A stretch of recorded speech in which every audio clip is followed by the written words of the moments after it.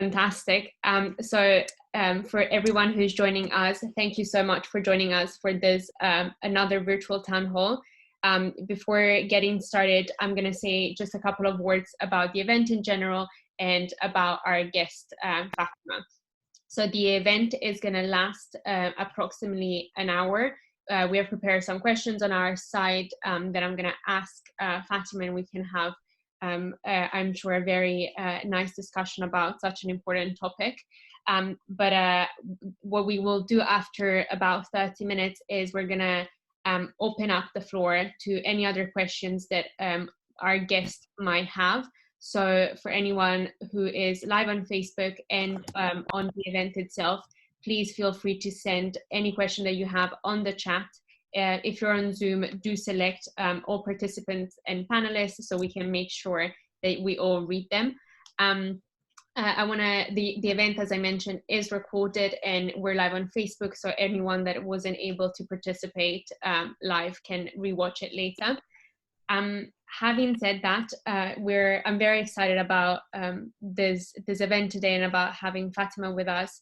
And the reason is because I think that this is such an important topic, and it is something that unfortunately has been on the news recently. But I think it's a topic that we need to tackle, not only when it's on the news, but really all the time. And the topic is the outcry for racial justice that has been crossing the world after George Floyd's murder. And we're going to look at it from a global perspective, because even though racism is often labeled as an American problem, in Brazil, for example, 80% of those killed in police operation are Black or brown. And in France, for instance, young men who are perceived to be Black or Arab are 20 times more likely to be stopped by the police than the rest of the population. So this is clearly not just an American problem, and we think that it's very important to look at it also from a global perspective. Before getting started, I would like also to introduce Fatima. Fatima Zaman, I hope I'm pronouncing the surname right, is currently an advocate at the Kofi Annan Foundation, and is a member of the inaugural cohort at the Obama Foundation Scholars. She has won the UK Asian Women of Achievement Award. And what I've really liked when I saw this is that I read that a judge during the ceremony said about you that you have the talent to change the world. So I think that these are very beautiful words, and we're really excited to hear from you. Just a couple of other things. In 2016, Fatima was one of the 10 people selected to form the Extremely Together, which is an initiative backed by the Kofi Annan Foundation and the European Commission, which works to particularly counter violent extremism. And you have said that your passion is being the next generation counter-extremist. So I think this is an amazing an amazing thing to do. And before getting started, I'm just quickly introduce myself. I'm Laura. I'm NOW's campaign manager. As I mentioned, on the tech side, we have Andrea, who's gonna look at all the questions and deal with the tech side. And we also have Colombe, who's gonna live tweet about the event. So once again, really happy to have you, Fatima. I'm really excited about this event. And if you're happy, we can get started with more questions. Absolutely. Hello, everybody. Hello, Now Humanity. Thank you for having me. Thank you, Laura and Andres and Colombe. I'm very much looking forward to this conversation and hearing everyone's views and hoping to impart some wisdom. So thank you for having me. Thank you. So first question that I have is, as I mentioned, you've recently co-authored a very inspiring op-ed, which with the name "We Demand Justice for George Floyd." which have gathered the support and signatures of many people around the world. I would ask you if you could quickly summarize it for the audience here and the importance of it. So yes, so with witnessing the upsurge in racism over the last few weeks following the tragic murder of George Floyd and other members of the African American population, myself and another activist, Yasmin, who are anti-violence activists in Europe, felt compelled to pull our network together, recognizing that actually you don't get to be an Obama scholar or be supported by Kofi Annan Foundation if you do not act towards justice. So ultimately, we decided to call everybody we know, including Colombe, and say, we have this idea. We want to bring together a collective of voices to call for justice for George Floyd, who was killed by Minneapolis police. And the essence behind that letter is to galvanize European voices in support of standing up for the people who are killed in racially motivated attacks. The letter is very simple. We are demanding justice. We are calling on the county attorney to not only criminalize acts of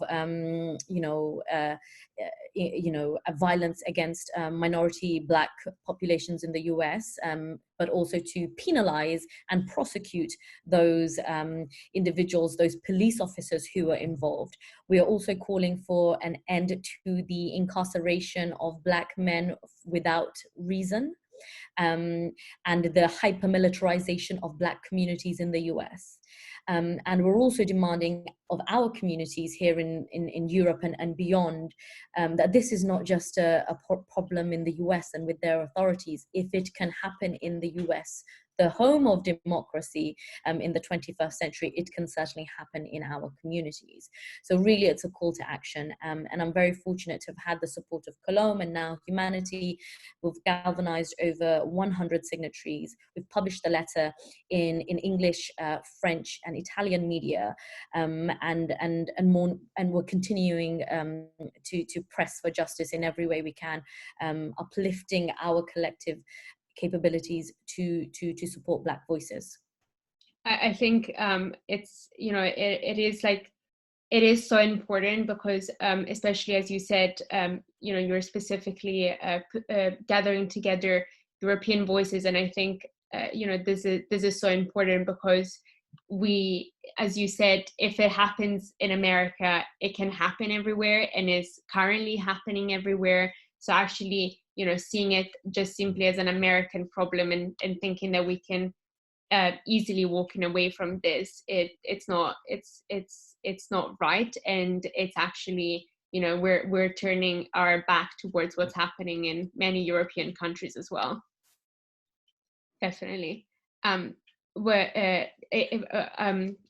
on this, one thing that I would like to touch upon is, we've seen unfortunately this happening so many times in America, and one thing that has been really beautiful this time is seeing so many people coming together again from so many different countries, and marches happening not only throughout the US but throughout the UK, Italy, many other countries, and this is just to mention a few. But do you think that this time it will be different? Do you think that this time we will achieve more change? That's a really, really good question. And Laura, it's not, do I think this time will be different? It has to be different.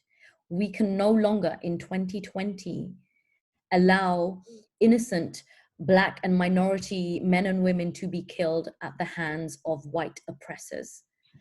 Racism, why is racism still a thing?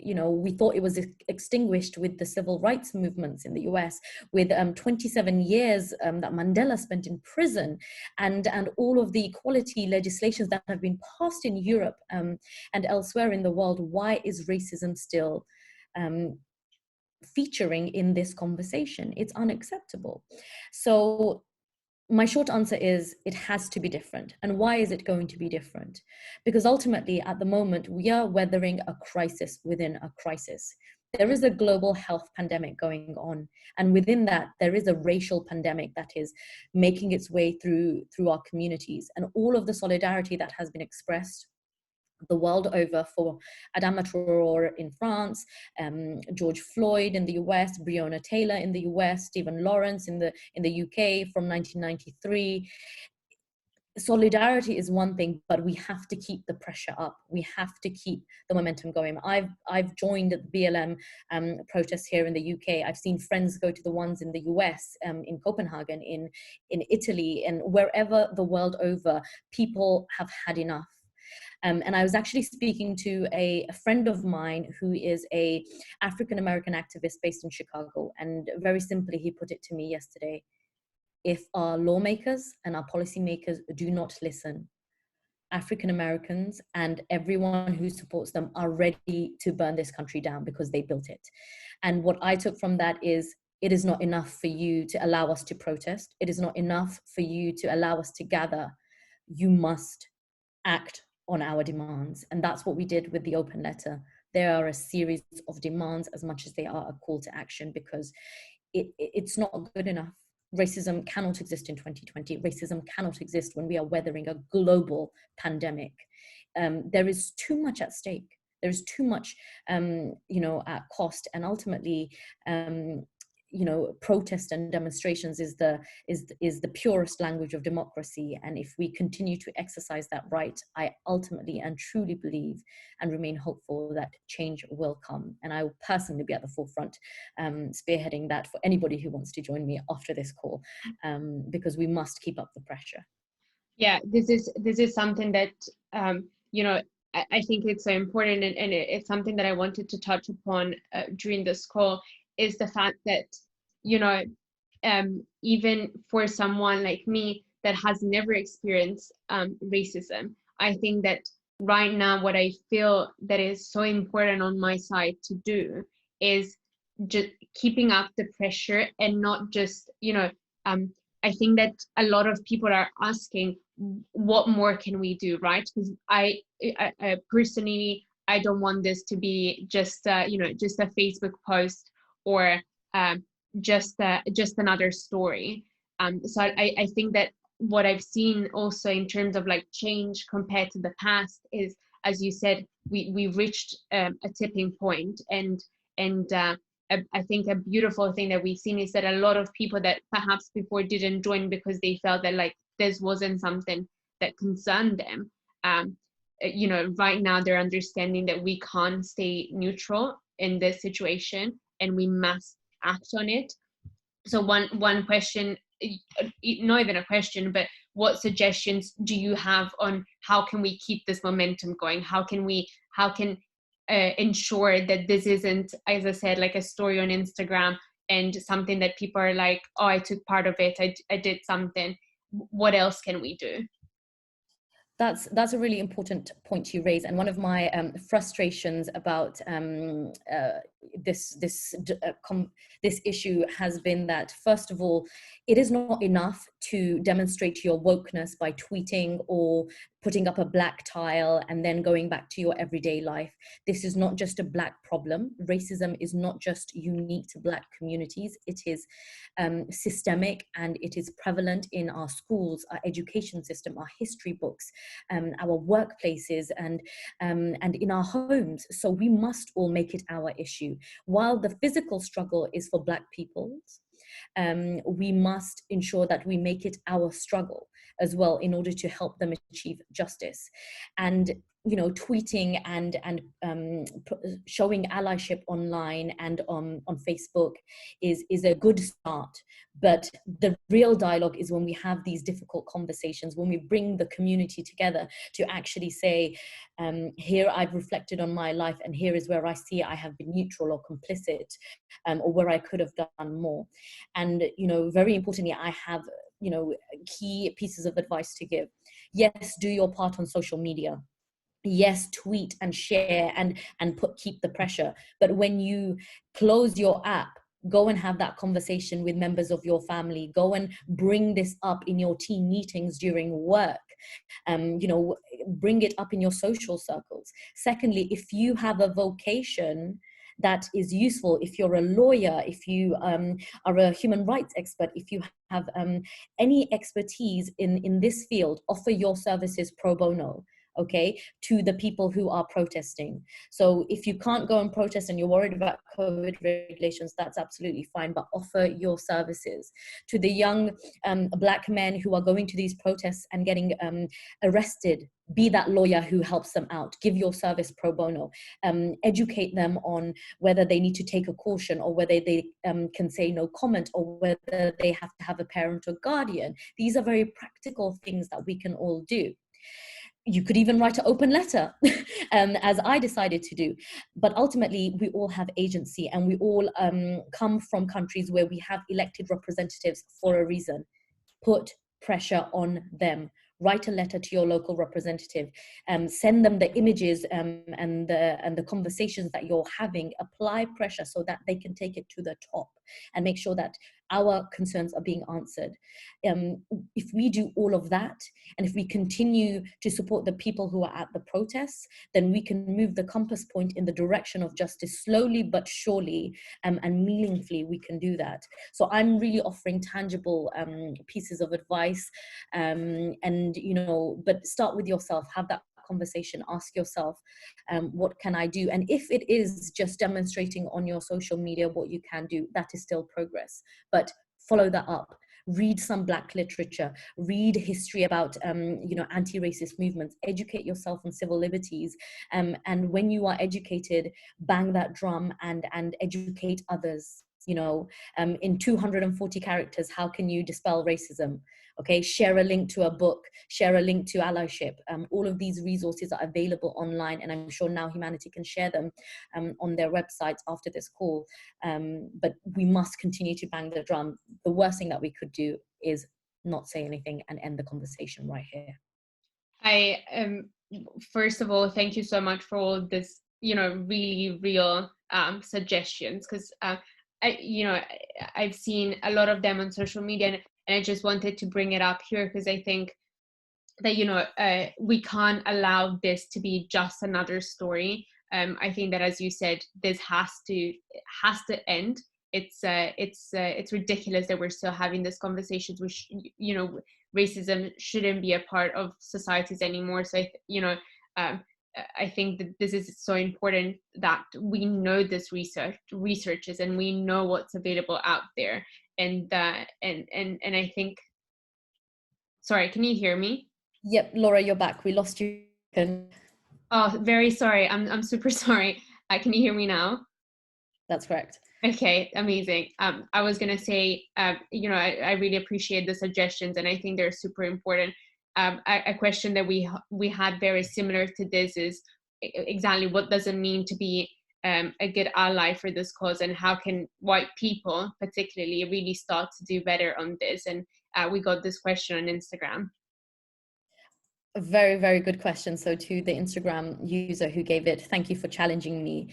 I will be very blunt, Laura, and to our white comrades, you might not be responsible for the direct racism that is being perpetrated by, police officers in the US or in other parts of the world, but you cannot be silent. Do not make this about you. So if you want to help, do not go to your Black friend and say, hey, are you okay? What can I do? What do you need from me? It is not up to our Black comrades to educate our white comrades on how to be less racist. If you are responsible for perpetrating that racism, take it upon yourself to educate yourself. So those resources that I was talking about, you must take it upon yourself. Let our Black friends have the space to speak.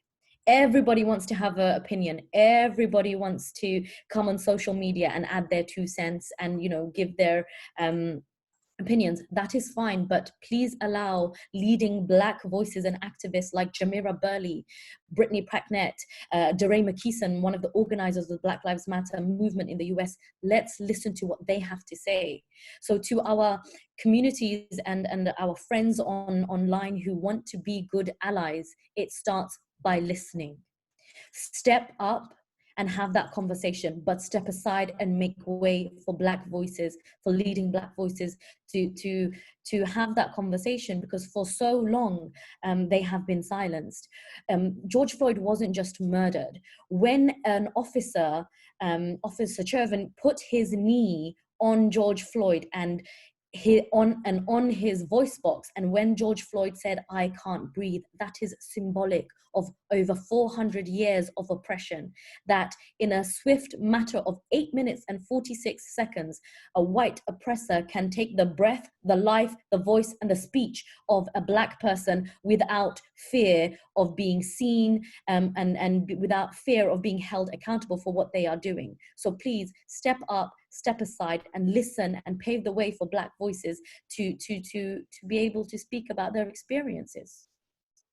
I think I thank you for these words, because I think that it's what you said specifically about giving the space for Black people to talk, and for us to take the work on ourselves, because we are the ones that need to educate ourselves on the specific matters. So not just sit down and waiting for someone to educate ourselves, but really to make the step and allowing those voices to be heard. I think that this is extremely, extremely powerful and really important, because as you said, we can't just wait for someone to come to us and explain what's going on. We need to step up as allies, as we said.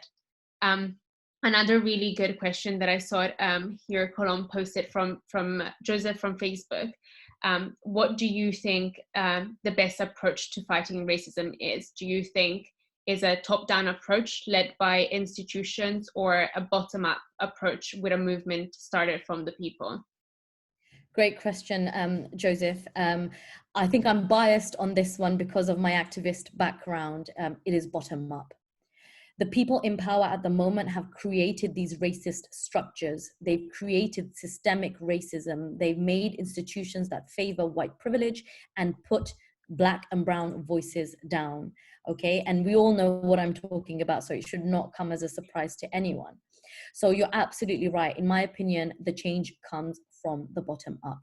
We need to be out there protesting. We need to be out there having these conversations. We need to be tagging all of the journalists and the media outlets to the true realities of what is happening on the ground. Okay, we live in such a digital world. COVID-19 has shown us that we are fully digital, 100% digital at the moment, because no one's allowed to meet. We must continue to shake the grounds for movement. And that's one layer. The second layer has to be taking it upon ourselves to challenge and question the lawmakers and the policymakers. That is writing to your elected representatives. That is querying to the police why it is okay for, at a peaceful Black Lives Matter protest, that the racists can turn up and have no fear that they're being caught on camera. And I refer to a Black Lives Matter protest that happened in the UK on Monday in Hertfordshire, where the racists turned up chanting, "Go back to Africa." How is that acceptable? They know they are being watched. So continue to lobby your local councillors, your elected congressmen and women, your mayors, and everyone. In the workplace, put diversity on the agenda. That's the next layer. In order to stamp out systemic racism, because it is not enough to say I'm not a racist and to tweet an MLK quote and perform your allyship and do your part. In the workplace, diversity and equality and inclusion has to be on the agenda, in team meetings, in boardrooms, in companies. It has to be a conversation that we are all aware to and alert to. And if that all fails, then know that we will protest until Black lives start to matter, and that is taking it to the prime ministers and the presidents and the people who run our countries, and asking them, actually, what are you doing? Because if you're not doing enough, then please vacate your seat, because there are plenty of Black and brown voices that are willing to occupy your position and bring the change that we seek. I couldn't agree more. So thank you for this very beautiful words. One question that I saw here on the comment, and I'm gonna link it back to the point that you made about the racist people coming to the protest in the UK. A comment that we have on the chat is, many racists suffer from being trapped in their own echo chambers and are understandably marginalized in a society that allows them to architect and rationalize their ignorant views. In order to achieve a more democratic solution, should these people be included in the mainstream conversation? So that is a very intellectually relevant and challenging question. So thank you to the individual who posted that. Look, my view is, as long as you are not, nobody is born a racist. You are conditioned into that, and so as long as you are not perpetrating violence and you are not committing a crime there and then, we shouldn't shut the door on people with narrow-minded or bigoted views. What we need to do is include them and educate them by making the resources available, by decolonizing our curricula to reflect a more balanced history, to reflect the fact that world wars were won off the backs of Black people, that the garment you and I are wearing is made by somebody who is potentially under harsh conditions. We need to be alert to the realities, and that starts with challenging the Nikes and the Adidases of the world to be more transparent.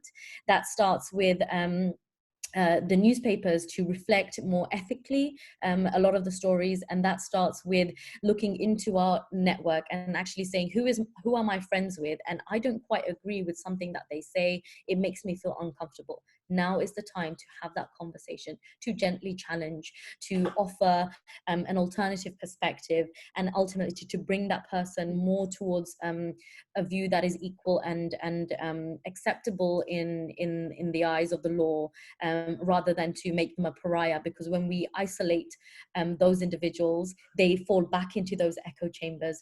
They go and re-emphasize to themselves those bigoted, racist, neo-Nazi views in those closed Facebook channels that we're all aware of that exist, but we're not quite sure how to get rid of them. And Mark Zuckerberg does nothing to get rid of them. Sorry, I'm calling him out.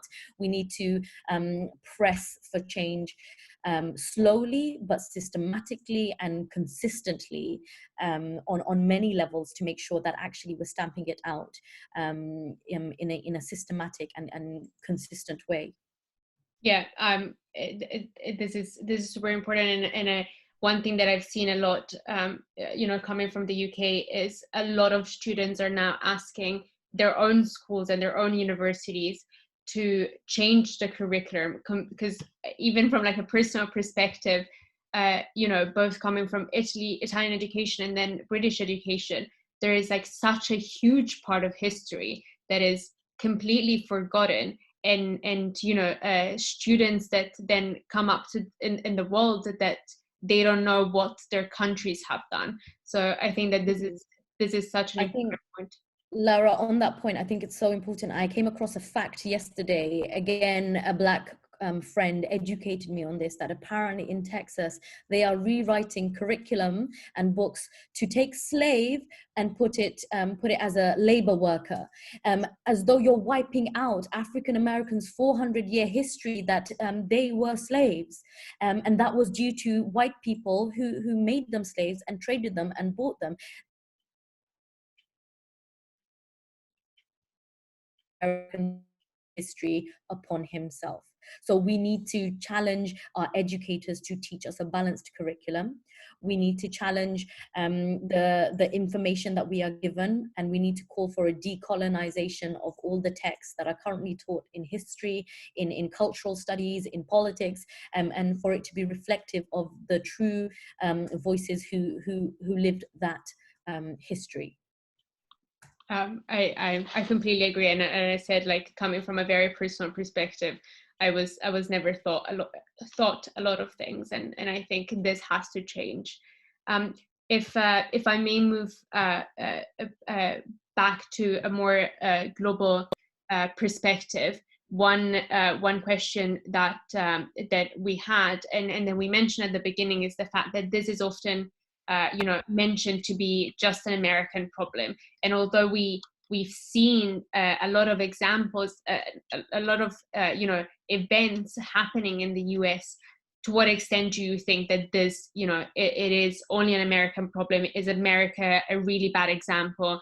Is is it different in other countries?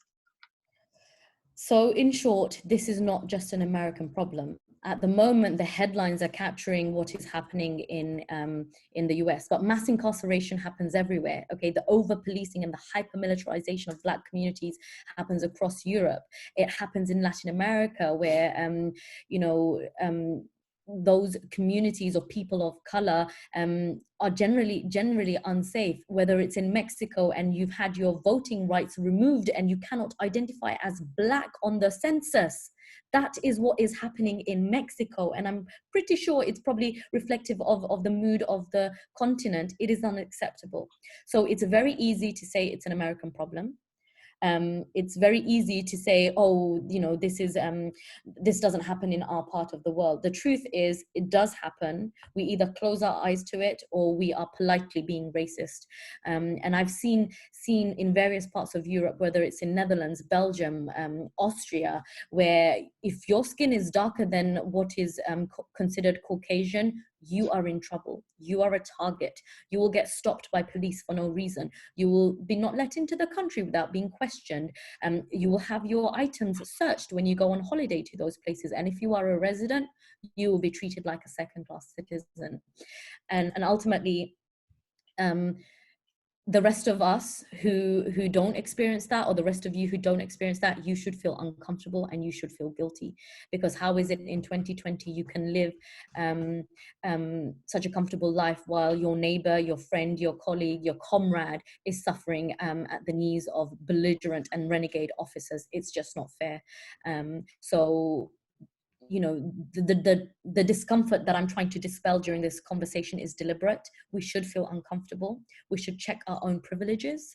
I'm a brown person, as I like to call myself. Just because my skin is a little bit lighter than George Floyd's, does that mean I'm less at risk? Potentially, but that is a privilege that I have. So I need to check my privilege, use that privilege to speak up for the injustices that I see, and bring it to the forefront of powerful organizations like Now Humanity, who can really flip the switch with the power that you guys have. So thank you for the opportunity to just be completely honest and make everybody uncomfortable during this conversation. No, I have to be honest. I'm appreciating being uncomfortable, because I think, as you said, it's my privilege and my position is something that, unfortunately, actually, fortunately, I had never had to question, because no one has ever pushed me to question what I have in my life, and I think that right now we must feel uncomfortable. We must have this conversation that makes us feel uncomfortable, because we can't keep, as you said, living a comfortable life and just turning our backs towards those that unfortunately still have to go through this really stupid racism. I think, jumping on this one question that Colombe asked from herself and her the perspective of policy, is whether you're aware of best practices from across the world where racist state violence and systematic policy was adequately dismantled or dealt with. Colombe, thank you for your question. I'm sorry to disappoint, but I cannot think of a single example where structural racism has been dismantled. I can point to examples where attempts have been made and failed. I can point to attempts at hiding the structural racism rather than getting rid of it, if I'm honest with you. But that being said, I do think this is the turning point for that to happen. When Minneapolis this week said that actually they're going to defund the police and come up with a community safety strategy that could potentially be rolled out across the country, that is a step to the right, in the right direction. Now, I'm not saying all police forces are bad and they haven't done a lot of good work. What I am saying is that if you look at the history of the police, they were set up to protect white privilege. They were set up to protect white property being slaves. So if we have at the core of these structures racist elements, then they are bound to fail. What we need to do is restructure, reorganize these institutions that are there to protect us, and make them more inclusive, and apply a racial lens that means that they do not inadvertently or overtly over police and over militarize a certain community. And actually, one little plug that I will do, it's not at the policy level, but it is an action towards better policy, is I come from a very underprivileged community in the United Kingdom, in London. It's a place called Tower Hamlets. Please Google us, because we are actually making the headlines today. You will have seen the pure outrage at across the world for Black Lives Matter protesters who are tearing down monuments and statues that are simply offensive and simply racist to still have up. So Confederate statues, the Confederate flag, here in the UK, the statue of Edward Colston. I'm pleased to say that in my local community, because we are so diverse and different, the steps have been taken by the authority to remove a statue of Robert Milligan, a slave trader who was proudly displayed at the heart of our community. Tower Hamlets has become the first borough in the United Kingdom to do so, and a review will be looking at the streets, the buildings, the corners of our communities that are that pay homage to these slave traders, what we can do to re-establish and rename those areas. So I'm pleased to see that progress is being made. I hope that continues the UK over, the world over, and we truly reflect our history and not pay homage to these individuals who allowed the slave trade, transatlantic slave trade, to continue. I think I'm really pleased to know that, especially I'm not too far away from you when I'm in London. Someone actually asked this question, and she's a member of the Now team in London, and exactly, she asked, what do you think about the recent UK proposal of removing all statues of historical figures who had connection with the slave trade? I think I welcome it. I think this will set a precedent that we need to review moving forward, not just slave trade, but it needs to apply to all types of diversity. For instance, if we honor a plaque on a building to a philanthropist who then happens to be exposed through the Me Too movement, we need to reevaluate that honor, and we need to strip him of that, or her of that.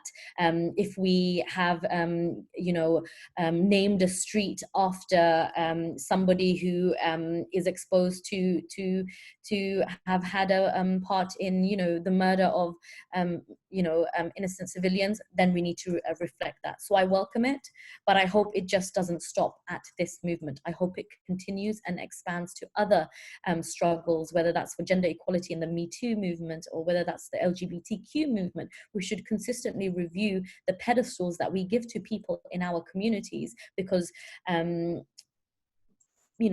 do fall from grace, and when they do fall from grace, we should remove them from having access to our community, because they don't deserve to have that access. I think this is something so true, and as you said, this it is almost like it is a symbolic act, but it means so much, because even just allowing the statues to be there, even just allowing the streets to have those names, it kind of means that, even though things were done in the past, we're forgetting about them and we're moving on. And I think that, as you said, even though it is a symbolic act, is so important that this happens, and we keep questioning ourselves, and governments and city councillors keep questioning themselves on the legitimacy of having these statues and these buildings. And I think it's a small step, but really, really important for how cities are organized, and how they propose themselves. One question that we had from Julius, and I think, I hope I'm reading it right, but basically, as we all are aware, media have the power to really portray event in one way or the other, and especially during the marches that have happened throughout the whole world, we've seen that a lot of the time media have the power to really shift away the attention from the really important and peaceful protests that are happening, and moving it and pushing it away to focus on the violence and vandalism and looting. What do you feel about this? How do you think that media what kind of role do you think media have in protests like this? So again, a really valuable question. Thank you for that. The media have a critical role to play in our everyday life. That's not just regarding the Black Lives Matter movement. It's about giving us the news in a most accurate, ethical, moral way. And I'm disappointed to hear that, some big, powerful media outlets do report on the violence, because that is a small minority of individuals who are, undermining the very peaceful efforts of activists. And I can certainly say this weekend, when I was at the UK Black Lives Matter protest, for 4 hours it was peaceful. It was everybody coming together, making our calls heard, but I did not see any violence in the crowd that I was in. However, after that, I began to hear LBC and other stations reporting that a flare has been let off and a police force has been terrorized, and there's looting going on in the US. While that is true, that should not be the story. The media, for all of their benefits, do have lots of downfalls, because they tend to sensationalize things and make them bigger. And so this is why the whole accuracy and efficacy point is really important. They have to report the peaceful demands and not conflate the violence, because that undermines it, and that plays into the narrative of people like Trump and others who are saying that this is a rogue movement, and this is Antifa perpetrating and coordinating, and this is the movements of extremists. My general point in the countering violent extremism work that I have done is, why is it every time the terrorist perpetrators face on our newspapers, but not the victims and the heroes? So if I had it my way, I would definitely uplift Black voices and uplift voices of peace and moderation, who are the majority. The small acts of violence that seem to be making it to the headline because it's far sexier.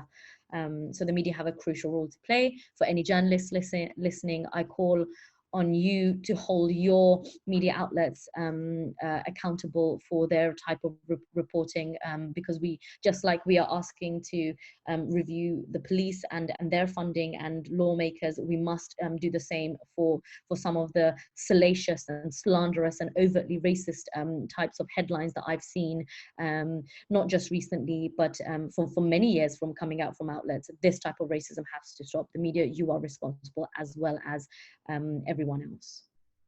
I couldn't agree more. I think that media can be such a powerful instrument to make or break a battle, and they really have the power to completely shift away the attention from like the really good things that are happening, and the really global feeling that people are feeling during this time, and shifted away to like everything else that is happening, and protests are bad and everything. everything like that. One question that I saw here from Instagram is, do you think that the situation of Black people, people of color, has improved at all during the years, or do you think that it hasn't changed, but the fact that we have telephones now that record this has opened our eyes onto something that perhaps before we just didn't want to see? I think it's a bit of both. I don't think we can answer that in a clear-cut way. Certainly drawing from my personal experiences, I grew up hearing the stories of my mother fighting off the racists in Britain in the 1980s, protecting us and shielding us and having to move home because the neighborhood was too racist, and the skinheads would put feces through the letterbox and urine in the milk when the milkman would drop it, so my brother couldn't have any milk for that day, for instance. That is the lived reality of my family. I was shielded a lot from that because of my parents knew how much racism there was, and so perhaps a lot of us have been lulled into a false sense of security in that, the Mandelas and the Kofi Annans and the MLKs of the world have taken it in their stride. They took the bullets, they took the punches, they took the racist slurs. And then, when you see someone like Barack Obama get elected to president, and you think change has finally come. America has finally stopped being racist. And that is a false sense of security. One man, as powerful as he was, as change enacting as he was only a start. We need more Black and brown people to hold offices. Why has there never been a Black prime minister in Britain? Why is there not a Black police chief in this country? So this type of systematic oppression and racism has to be undone. We are fortunate that that it isn't as difficult as it was during Mandela's time, but George Floyd thought he was safe. He went to a convenience store and look how that turned out. So it's really difficult for me to answer and to say that actually we have made progress, because every time we seem to make progress, we get dragged back 10 steps.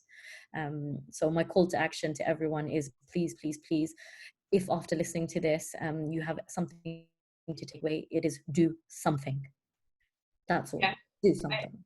I think this is really powerful, and actually today before the event I came up, I saw some statistics just about, for example, the UK, just to show how this isn't again an American problem, and the ethnicity of every UK prime minister has always been white. The cabinet in the UK is made up 90% by white people. 92% of MPs are white. So I think that this really shows how also not having representation of people that are experiencing racism shows that change is going to be really hard to achieve if as a white politician, as a white prime minister, a member of parliament, and so on to many other countries, you don't start listening out and actually guarantee representation to those people that right now are not represented by our governments and our societies. So I really agree.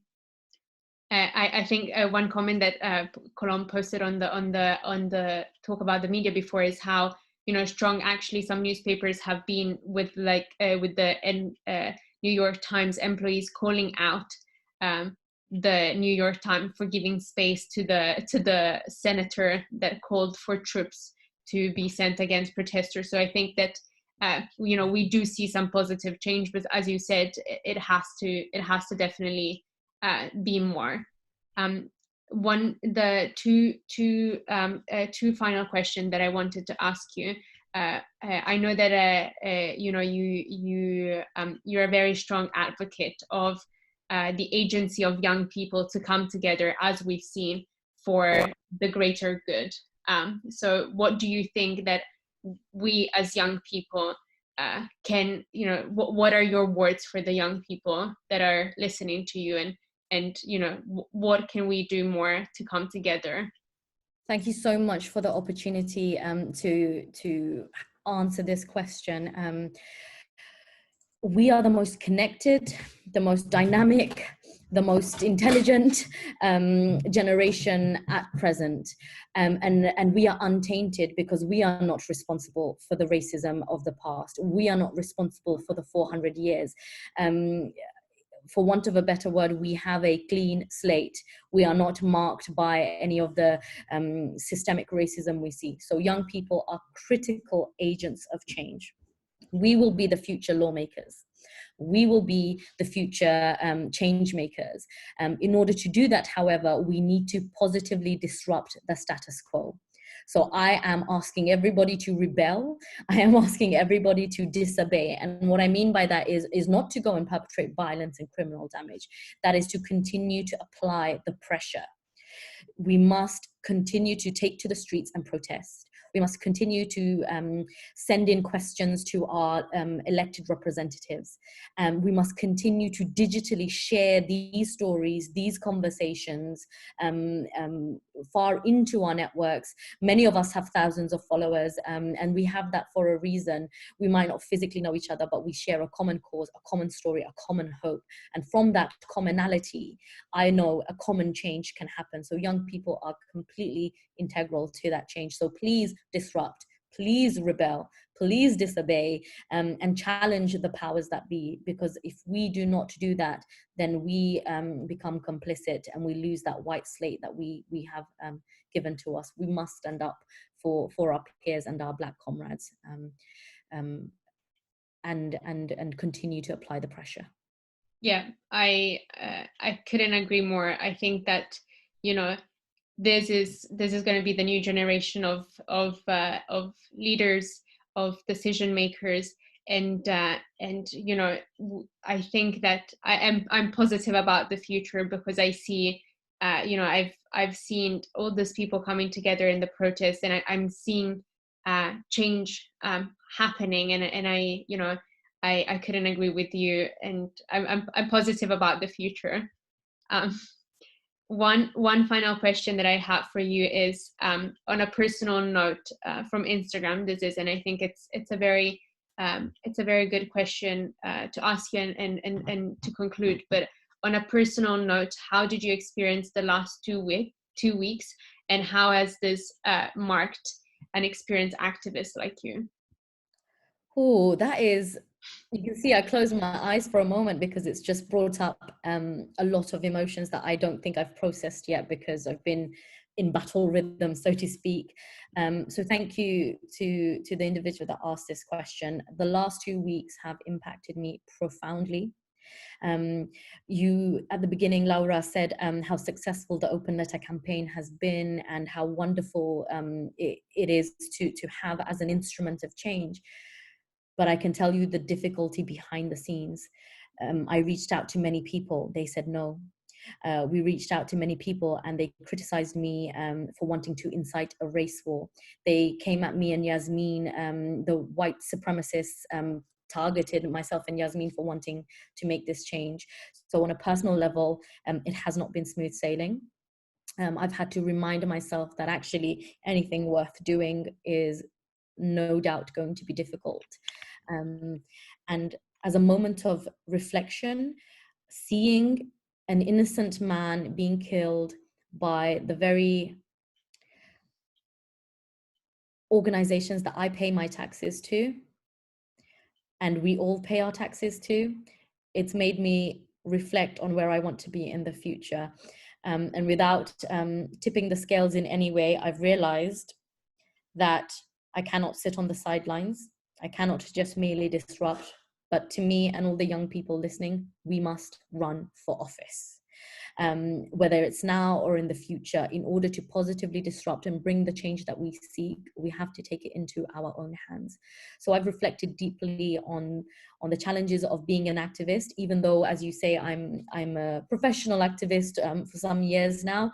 The purest form is protest, and doing that exhilaration and that adrenaline that I feel, how do I keep that feeling and how do I press for change? And ultimately that is to disrupt in a positive way, to not let the voices of racists deter me, but rather to continue and ask everyone, act now, stand for office, make that change, and be relentless? Thank you, Fatima. I'm really thankful that you answered this question. I know it's a very personal question, but I'm really thankful for really what you're doing, and for continuing to do it despite the difficulties, and the very awful things that, as you said, you had to go through in the past 2 weeks, and again, I probably, I didn't think about all these things before even asking the question, and this just shows the change that needs to happen in the world, and I'm really thankful that you came to the event, that you spoke to us, because I think that it's really important for our audience, for our members, but really for everyone, to start engaging in this uncomfortable questions and uncomfortable feelings, because things have to change. It cannot continue to be like this anymore, and we need to do better. White people need to do better. We need to engage more in the conversation, and we need to listen more to people that want to speak about this. So I just want to really thank you for for taking part to this event, and for giving us your time. It has been, I think everyone has really enjoyed it, and I think that we have all learned a lot from this, and I hope that everyone that is listening to this now will get involved, will start acting, because as we like to say, it's now or never. So thank you so much, Fatima, for your time. Thank you for everyone that connected, both on Facebook and here on the event. And yes, as Colomba has just posted, you can read The Call for Justice for George Floyd by Yasmin and Fatima on the link that is posted on the chat. Please do. It is really an important cause and an important conversation to have. So Fatima, thank you so much again. Hope to see you soon when I'm in London. Absolutely. Thank you so much for having me. And again, just a quick plug for the open letter. We also have a video. So if you don't have the time to read 2 minutes of the video, I'm sure Colombe will post it on Now Humanity, but it's on my channels as well. So thank you for allowing me to have this conversation, to be part of your network and positively disrupt. I hope together we can continue to press for change. Thank you so much. Thank you. And again, thank you everyone for joining us. Bye.